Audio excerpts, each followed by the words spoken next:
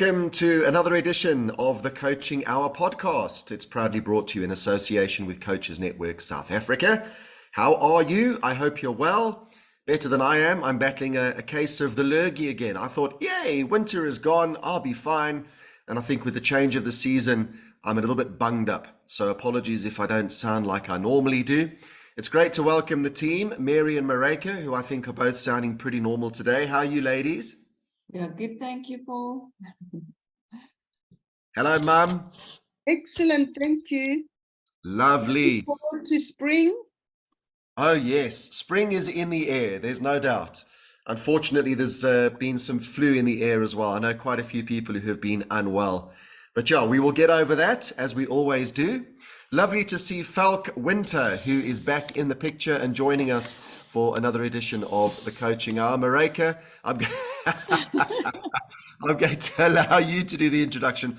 I've got a very active kitten with me today. I have 8 cats. And if occasionally my laptop is bouncing around and you see a funny piece of fluff go over the camera, apologies, that is Hazel. I'm at home, and when you are at home, these things happen. So the show goes on.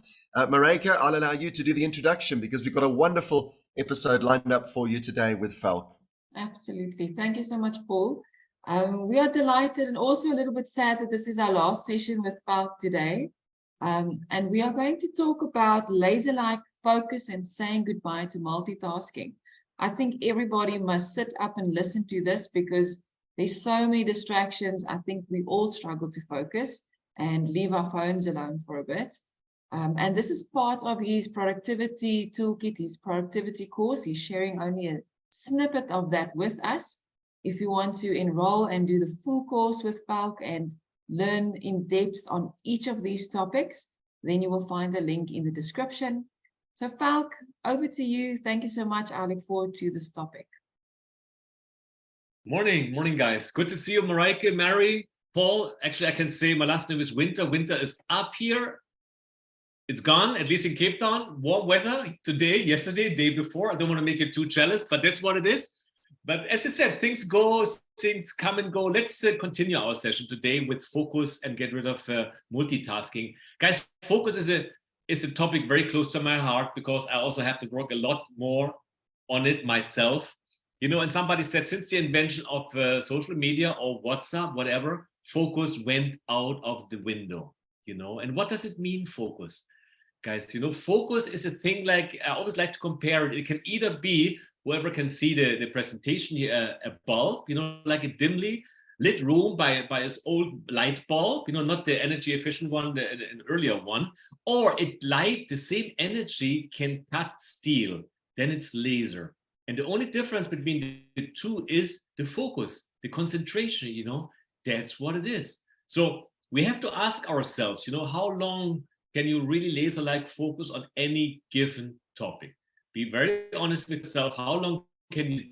I mean, you know, depending on the generation, on wherever you are, we have all these funny diseases and orders and attention deficit order and HT, DHT, PHQA, and whatever we get a label on, put on by the doctors, you know, to get us some treatment. I don't want to say it's not real, but guys, at the end of the day, how much can you leave your focus? And you can train your focus. You know, and the focus, the attention to give to one thing, except to anything else around, this is one of the key abilities we have. So how easy do you get distracted? You know, how fast can a new thought in your mind get you off track? Or how often does a negative emotion, it's not just our thoughts, guys, our emotion themselves, you know, how fast can they distract us? So we want to talk about some strategies how to get better in this one, because at the end of the day, whatever you achieve in life, it comes down to the attention to you give at one thing at a time. That's, you know, really what it is. Big topic. And never forget the bulb and the laser when it comes to focus. The voice in your head, I always call it the monkey mind.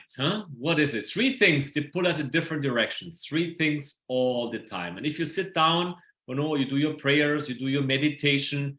I'm sure you cannot do it very long, because what happens then? The monkey mind starts talking. So something logical, mental comes in, or sometimes something physical comes in, some discomfort. You know, if you sit on a chair for too long, or sitting cross-legged, or the noise starting, somebody drilling in the neighborhood, or the feeling, some emotional stuff comes up in your heart.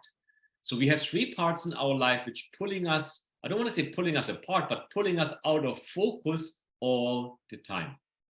And one task is one useful thing to do is basically identify what's the strongest one for you. I don't know how it is with you guys. Is it the thoughts, some logical thing? Is it the emotion, or is it a physical discomfort? I don't know any feedback on this. What do you think? What's the strongest one on your side? I think For me, it's sometimes- probably thoughts. Well, sorry, Marika, ladies first. No, I think for me it is more like also the emotion, like becoming bored perhaps, or feeling irritable, or thinking there's something to do, something else to do. And Paul? Yeah, that's my biggest gripe in trying to get things done, is running around in my head is the fact that there are hundreds of other things to do. And in fact, Zena and I went away for a weekend 2 weekends ago, and we both said how wonderful it was being away from home, because we were actually able to focus on what we were there for. It was a really wonderful weekend. It was a marriage enrichment course, they call it. And it was just wonderful because my mind wasn't on, oh, I need to backwash the pool. Oh, I need to do the koi pond. Oh, I need to check on the cats. Oh, I need to do DIY. So for me, even now, if I'm honest, there are thoughts that go through my mind, while we're recording this podcast. Occasionally I'll find myself thinking, oh, I mustn't forget to do this. And oh, I've got this coming up. So yeah, focus for me, if I can get some handles on that, that would be very valuable.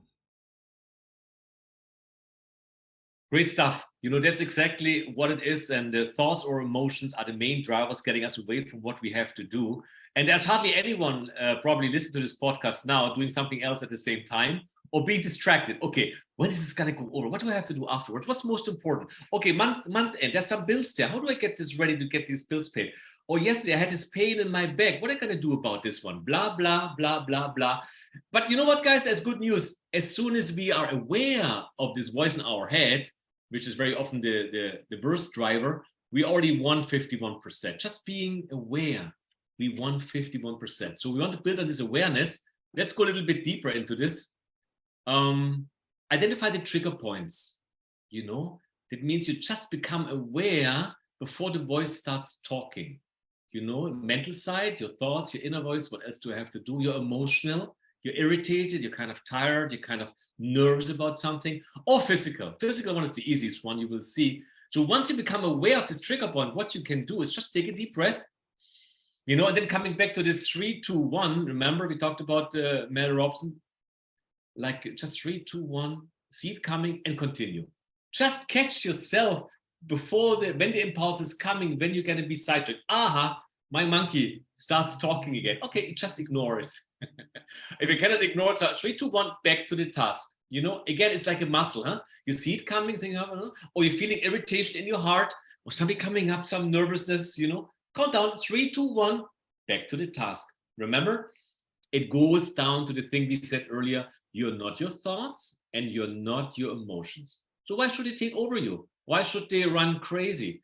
Just become aware of the trigger point, count down, 3, 2, 1, back to the task, back to the task, back to the task, and you do it often enough. It's like, again, going to the gym, you strengthen this decision muscle, this focus muscle, however you want to call it. You have to do it again and again and again. And so the monkey gets quieter, it gets quieter and it's getting easier to stay with the task.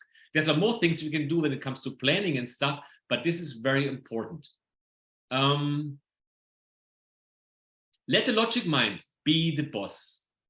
Let the logic mind be the boss, and not the monkey mind. There's a difference between the logic mind and the monkey mind. So you decided you're working 15 minutes on this task. You're making your online payments. You're having set aside 10 minutes for doing calls. You set aside half an hour playing with your kids. You set aside, you put on a timer, you just do it. Whatever comes in between, you set the time. So be aware when the monkey starts talking, because our monkey mind disguises as reason, common sense, being practical. No. You made a decision, you planned your day, you set a certain time frame, very important, set a time frame for a certain task, and then you go on with it. If not, you're going away. Remember, 3, 2, 1, back to the task, That's what you have to do. And again, you're not your thoughts. You're the one inside there, far beyond, far behind, watching your thoughts. So you can always switch your thoughts. So don't listen to the stories, because it will always tell you why it is so important to get nervous, to think about what you have to do. No, what you have to do is written down anyway in your calendar somewhere, so you don't have to think about it. And the rest, you focus on the task at hand. That's what it is. So get the monkey mind under control. It's always there, but the more you go back to what you did, you have it scheduled, you have set up your plan, you stick to the plan, you identify the trigger point, you count down, you can do it. Okay, so distance yourself from the voice in your head. The monkey mind is the same like voice in your head, or you can call it, this is our ego. It's nothing else than our ego. Okay. Falk, I've got a question here. Is it normal, when I say normal, are there more people doing this than people who aren't, in terms of your thoughts running away with you while you're busy with an activity? And I understand setting time limits on things to say, okay, I'm allowing myself X number of minutes to get this done. My problem is, if I set myself a time limit for doing things and I don't finish them, I don't complete those tasks, I then move on to doing something else, but in the back of my mind, I'm still thinking about the fact that I haven't finished what I started. Is that, inverted commas, normal? It happens quite often in two ways, Paul. Good question. You know, that what I would recommend to you is, first of all, if you set the time limit, again, be generous. If you know you can do it in half an hour, give yourself 45 minutes. That's important. So give yourself more time, really. And that's when it comes down the planning. We didn't talk about the plan your day thing. I'm not sure, plan ahead, which is very important. Just this simple thing in the evening, sit down, what do you want to do tomorrow? And then plan this stuff and then prioritize. You have two things I always say, attempt to accomplish, two things a day. These are priorities. 1 hour for this, half an hour for this. Okay. And then 10 other things you have to do, they come later. Give yourself generous time for the first two things for priorities, and everything else comes later. So that would be my advice. If you cannot finish because it makes you unhappy, your subconscious mind is listening to you, that when the monkey comes in, oh, I didn't do it, I'm not good enough, got distracted, I shouldn't do it, and blah, blah, blah, blah. What will happen? So give yourself more time. What happens actually sometimes is also the reverse. That people, say, oh my God, I went into the task, I gave myself an hour, but I'm so much into the flow, I keep on doing the task, even I only gave myself an hour. Let's just finish the task. So I spend another hour. That's as dangerous. You gave yourself an hour, you stick to it an hour, not longer. So some people even say, oh no, I'm so good at it now, I'm enjoying it so much, let's finish it. No. You planned an hour. That means the logic mind, your intellect should be the boss. You plan ahead. And there's nothing else, So that's what it is. Some other tricks you can do. Each time you get distracted, become aware. You see yourself. Remember, we all think in pictures, even if you're not aware of it, that you're accomplishing your task successfully. And then again, reward yourself when you've done the task properly. And it's repetition. Get back to the task, get back to the task, get back to the task. You have planned your priorities. You know exactly what to do. 2 things a day. There should be always 2 things a day only, which are your priorities. And the other 10 things, yes, you're going to do them. They may be on your list, but 2 things. And the more you do it from day to day, remember habits, day to day to day to day to day, it makes you feel good and you can do more. And stick to the plan. I want to give you one more technique how to strengthen your focus or your concentration. It's old. This is very old, Use a candle, set a candle away from you. 3 meters, 5 meters, whatever. Sit in a room and just watch the candle. And you just look at the candle. And you can even measure yourself. How long can you look at the candle without thinking it's something? Look at the candle. The goal is basically, and you may have heard of it, become one with the candlelight. You just become one with it. And you'll see it will be very hard. You can maybe do 5 seconds in the beginning, 10 seconds. When you get to a minute, I tell you, a minute, 2 minutes, then it gets powerful. Then your light bulb, very dim stuff gets into laser. You keep it 1 minute, 2 minutes. And also remember, last time, we talked about getting back to the breath. No breath control, no breathing exercise. Just watching how the air goes in and out of your nose. Just watching it, coming back to the now. Very powerful. You know, you're just counting, you're counting 1 to 20, 1 to 20, 1 to 20 with each breath. It's the same thing, looking at the candle. You just want to stay with it without any thought. This is a very good practice. Do it 5 minutes a day. And over time, you know, week after week, you will see, oh, you can stick with it. You can stick with it. Okay. So that's about focus. I know a lot of stuff and very fast from my side again, as always. What questions do you have? What concerns? I would encourage you, you know, practice it, put little time away, plan your day properly, set your priorities, notice the trigger points, come back to the task, let the logic mind be the boss, and the monkey gets smaller, the inner voice gets smaller, and that's what it is. Falk, when you say trigger points, could you just explain that a little clearer for me? I've lost you a little bit on what you mean by trigger points. Trigger point is always anytime, you know, and if you look into yourself, you will become aware. Just before the impulse takes over, just before the impulse to think or to feel bad or to feel irritated or to become hungry, there is a split of a second you become aware of it, always. And that's the way to catch it. You have to practice it, huh? You may say, Falk, no, I'm not aware of it. You are aware of it. But we always watch our thoughts, and we are aware that we are watching our thoughts just a little second before, you know, not even a second, it's a split of a second. That's the trigger point, you know, because we're thinking 95% the same thoughts today as yesterday. So it's the same stuff which comes up at certain times in the morning, at certain times in the evening, at certain times, whatever, when the coffee is waiting or the cats are screaming or whatever goes on. Just become aware. Okay. Now I go back. I just ignored. I go back. That's the thing with trigger points. It's a practice, huh? It's listening to your body, basically, to your body and to your mind, listening to it, but distancing yourself of it, like you're neutral observer, looking what's going on in my head, thoughts, and what's going on in my heart, feelings. Just watch it, and you get better at it. I think that's something as well that I'd just like to mention. While we were away at this weekend, 2 weekends ago, I commented to Zena and I said, isn't it incredible to have peace? And I didn't mean inner peace or peace with each other, but just sitting and not having dogs barking in the neighborhood, hardy-dars going crazy, the doorbell ringing, delivery scooters racing down the road. And I live in a fairly decent, what you could describe as quiet suburb. But over the years, I've noticed how even the suburb where I live, I've noticed there's very little peace. There's always somebody doing something, whether it's the guy next door who's got the garden service, somebody vacuuming their leaves or blowing their dirt around. There's always a distraction. And I don't know if it's just that I wasn't aware of those distractions in my youth when I was younger, or if it's that the world has just become busier. I'm not sure how the ladies would react to that sort of comment or question. Yeah, I think it's true, Paul. Things have changed. We don't always notice it because it is quite noisy as well.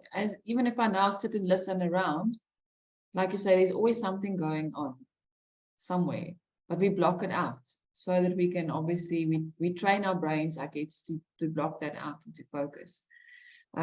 Something that I've noticed is, and I think it might fall under the physical discomfort. So I've lately again read the books on habits, and what drives a habit is apparently the craving for whatever you get out of it. Now, this phones of ours, that's something to really acutely become aware of, because we don't notice, and then you check your phone without thinking you've already opened up Facebook or your emails or the WhatsApp. It happens so automatically. But if you notice, if you really become aware, but this takes time and it takes effort, because you need to truly become aware of that. It starts as a physical discomfort.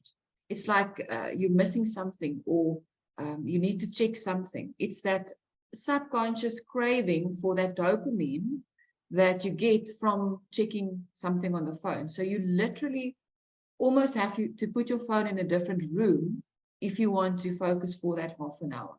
I don't know if anyone else, would agree. So for me, I have sort of trained myself to strategize how I work with the phone. So I will look at my phone when I need to see something, or when I'm searching for something. So my phone is a tool that helps me with my daily work that I do. I don't think that I'm a habit of looking and scrolling. I don't do that. I don't scroll, and I do more stuff that align with what I'm busy with. That's what I've noticed about myself. The other thing I've noticed about myself is that thing of procrastination. At the last time when we spoke about procrastination, you gave us some tips, and I'm using them. So it's first taking a first step going forward. So it's the application that we have to do to make these little tips that you're giving us work. Reading it is amazing. It just all sounds amazing, but we have to apply it. So these tips that you're giving us are amazing. Thank you, Falk. No, thank you, Mary, and for your great input, and Mareike as well. At the end of the day, as you said, information, reading it has no value. We have to apply it. And the next step, guys, I want you to get to is we have to become it. Because applying still, implies willpower. And remember, we have very little willpower. We have very little discipline. It's the 5% in our conscious mind, but 95% we are driven by our subconscious mind, by our paradigms, by our programs. So applying is very important. That's a practicing. And I'm very happy when you say you become aware, you have a strategy, you have a plan, and that's what we have to do. And once we apply often enough, then we become it. That means it becomes a habit. No more effort necessary. We do it because this is the way we are, and that's beautiful. And then the life, starts turning around. Whatever you want to achieve in whatever area of life will happen. It must happen, So yeah, that's what it is. Application and then turning it into a habit. That's the key. What I like, everybody to get. And I'm working myself on it still. Let's go over to multitasking. The multitasking, huh? Good stuff. I don't have enough time. What does it mean? No plan, priorities, poor habits, lack of planning. I don't have time. Or I don't have time. A second meaning is when you hear this, I have other priorities. If people don't have time for us or listen to us or whatever, you're not my priority. And we have to accept it. Don't take it personal. We have to accept it. But very often people say, I don't have time because they really have no planned priorities. They don't plan at all. And they have poor habits. That's also the second reason I don't have enough time. The 2.5 solution, that's another strategy of the productivity toolkit. It really means like how many intense work sessions, we talked about focus before, can you do? 2.5 basically means you work for 60 minutes, 5-minute break, another 60 minutes, half an hour break. And these 60 minutes can be, they can vary. Some people, I have clients that say, no, 60 minutes is far too long. Let's make it half an hour. Good. 30 minutes, 5-minute break, 30 minutes. And then maybe 50 minutes break. Good. And some clients have, oh no, I need more. Give me 90 minutes. I want to work and focus. Good. It's your own schedule. It's your own energy rhythm. It's your own body rhythm. So these intense focused work sessions are very important. And then, of course, the question is what you're focused on in the first place anyway. And we want to be proactive, by doing one thing at a time. And the thing about multitasking is, if people believe it or not, our mind cannot multitask. Our mind is not structured to multitask. We may believe we can, and juggling 10 things at the same time. And I know especially women who have so many things to do with the kids in the morning, and the breakfast, and getting things ready, and the car, and the work, and the news, and the household, and whatever is going on. So we have to kind of multitask. But at the end of the day, we have to understand our mind cannot multitask. It can only do one thing at a time. And the scary thing for me was when I learned, and these are studies being done, that it takes us about 20 minutes internally to go back to the original task. So let's say you work on a presentation, whatever, for the next day on your laptop, and then you check your phone, or you hear bing, bing, bing, the message, and you're checking on the phone what's going on, and something is there. To getting back to your original task takes you almost internally, your mind, your brain, 20 minutes to get there.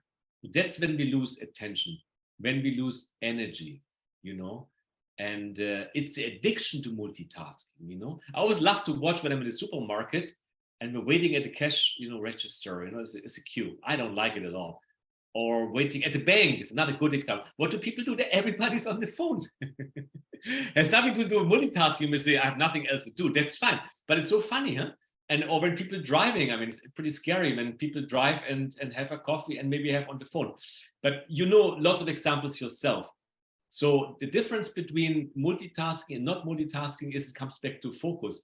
Working as a light bulb, you know, your attention diverted in many directions, or working like a laser beam. And as we talked about, what happens is the interruptions again, inside, outside, how many things you have open. Then it comes again, Mary, what you said, you know, being in control of our phone, really being in control. You're the boss of your phone, not vice versa. And then watching yourself again, being aware. What else are you doing while having your dinner or your breakfast or sitting in a restaurant or reading a book? I mean, who can sit in a room these days anymore without anything on, no phone, no TV, and just sitting there, you know, for half an hour? You may say, how stupid is this? But as you said, Paul, when it comes to nature, being outside, then we feel so refreshed. I mean, there's nothing on. You just be, you just are. And that's what I would like you to encourage to do. We've spoken, Falk, with so many coaches over the years that we've been doing this this podcast with Coaches Network South Africa. And I tell you, no matter what module it is that we've been discussing, cell phones and devices have come up in conversation. And I really think, particularly as young people, teenagers, young adults, I cannot emphasize how damaging mobile phones are. And I speak to my daughter about this. She's 17, turning 18 next year. And for her, because she was born into a generation where the phone existed, it was literally as if a phone was put in her hand at birth. I mean, that's not what happened, but it might as well have been. So her argument is, yes, you know, when you grew up, you had whatever it might have been, yo-yos or a CD player or a Walkman or the basic computer. So this is just the same, but it isn't the same. I think these mobile devices, this thing here, I honestly think it is, and I don't want to be labeled as this, but it's almost the work of the devil, because this device takes us away from so many things that enrich our lives. And I loved what you were saying now, where have a look around, go to a restaurant and have a look at the number of couples or families who are sitting together, but they're not connected at all because everyone is on their phone. And I think we could all list countless examples. But for me, the phone is one of the distractions that takes away the peace, because you think, oh, I've got 10 minutes. I'm just going to relax on my phone. Firstly, before you know it, 10 minutes becomes half an hour because you get sucked into these things. And secondly, I don't believe that being on your phone can be considered taking a break. For me, taking a break is just sitting, doing nothing, looking up, if it's an evening, looking up into the sky at the stars, or if it's during the day, looking at the birds in your garden or the trees, or we've got a fish pond, spending time where your mind is literally just taking in what's around you, as opposed to what we do so often, which is taking in the rubbish that this is feeding us. And I tell you, the world would be a better place if we could throw these things away. I really believe that.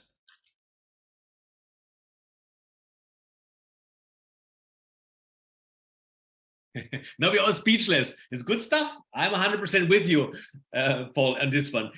Guys, it's like nuclear energy, huh? It got invented to build a nuclear bomb. It was the first thing before we learned to harness its energy. Unfortunately, human consciousness, we are in a stage, we are not there yet to use these things properly. Now we talk about AI and all this stuff and the big dangers, of course, because our consciousness is not developed to use this stuff properly. Same with the phone. So it comes then back really to us to be aware of our own responsibility. There's nothing to fight on the outside. The parents take care of their kids. We take care of ourselves. We know what to do. Then we just have to find ways to do it properly. You know, and that's this digital detox now getting in vogue and this kind of stuff. Just being aware, guys. Being aware is the first step going in the right direction. And I'm 100% with you. The damage the phone's done, especially, unfortunately, to the young generation, and they're really damaged by it. Many of them, I see it every day. It's big. But then again, it comes back to our responsibility to do something about it. If it's your own kids and stuff, or influence people in a different way, and we have to set a proper example. And awareness is the first step, you know. So multitasking, to finish this up here, guys, is really continue to reclaim your attention. Focus on one thing at a time. We talked about it before. Become a master of saying no. We do not take, let's say, the phones to the restaurant. I have a goal to spending every evening half an hour without TV, without phone on the dinner table. It's your decision, guys. Remember, it comes to habits. You decide how you treat certain things. What is priority times? And we are the boss of ourselves. So there's no excuse we cannot do it. And again, the master rule here, I wrote, as I said before, focus only on what you desire to achieve. So we want to focus on the things we want to go for, your goals, planning your day. And multitasking, there's one exception. I think we talked about it last time.